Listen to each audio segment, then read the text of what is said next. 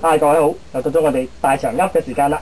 咁今次咧，繼續同大家講下金句嘅。我哋有金句5，咁有啲咩金句咧？首先第一句，與其推動社會企業，不如減少黑箱作業。話咁梗係啦，你推動咩社會企業啫？搞少啲黑箱作業冇咁嬲啦，係嘛？第二句金句，想要有銀紙，熟讀孔夫子嚇，咁梗係啦，係嘛？咩 PhD 啊、MBA 啊、學位啊咁冇用㗎，係嘛？識埋堆就有用㗎嘛，淨係埋孔家店堆至得㗎喎，係嘛？做儒生咧，即係出頭天㗎嘛。咁大家睇下97之後有幾多所謂才子才女走晒出嚟爭住認係儒生就知啦，係嘛？咁可能有以下嘅對白㗎。阿甲同阿乙對話啦，阿甲就問阿乙啦，哇大佬，我就話儒生啫，你就話儒生，你咪假冒㗎？你註冊未㗎？有冇拉神㗎？你有冇雷射防霧商標先係嘛？咁可能阿乙咧就問翻阿甲啦，咁阿甲咪話咯，我都冇啊，但係我有儒家嘅雷射死光標喎。咁點雷射死光標法？冇簡單啫嘛，一撳個掣，噗一聲有個烏字嘅死人頭彈出嚟，搖頭搖腦搖頭搖腦咁念咩弟子規啊、三字經咁念過你聽㗎喎，係嘛？問你死未？咁至於咧，阿乙就問阿甲啦，你標點得嚟㗎？咁阿甲咪答咯，我隻呢隻標，我早幾日用20蚊人仔喺大陸買啫嘛。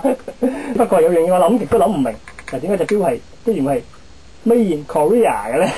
我中國買喎，大佬係嘛？不如孔夫子估係韓國唔係中國咩？呢個我唔知嘅。望韓國科技進步啲啊嘛，啲生產到雷射死光標啊，中國唔得啦，可能係咁啦，係嘛？咁我有以上嘅對話啦。就係咁啦，互相咧就爭住認咧係儒生啦。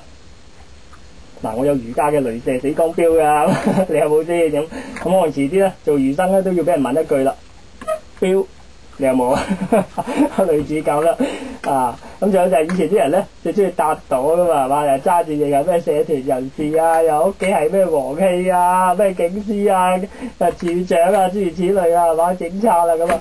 而家唔興啦，你興講。你唔好搞我，打我屈我揼我啊！我儒生嚟啊，孔夫子睇住啊！國家元首見到我都要殺啦嘛，鞠躬㗎，幾緊要啦係嘛？搭到啊，揸住隻儒生啦，嗰啲咩社團人士啊、和氣啊、百氣保用啊，話知你做大戲啊！咁所以記住第二句金句，想要有銀紙，熟讀孔夫子啊！跟住我哋有第三句金句，食得鹽多會腎虧，行得橋多聽腳跛。咁點解咧？之前成日聽人講話咩老生常談就係講呢句啦。食鹽多佢食米啦，行橋多佢走路啦，咁係嘛？但佢唔記得講埋後面嗰句咧食鹽多佢食米，咪食到腎虧咯；行橋多佢走路，咪行到腳跛咯。好簡單啫係嘛？咁所以記住啦，後邊兩句真係真嘢嚟嘅。食得鹽多會腎虧，行得橋多就聽腳跛。第三句金句。咁就同大家分享咗幾個金句啦。咁大家記得靈活運用下。喺呢個儒家主導嘅社會，百物騰貴社會謀生存啊！多謝各位。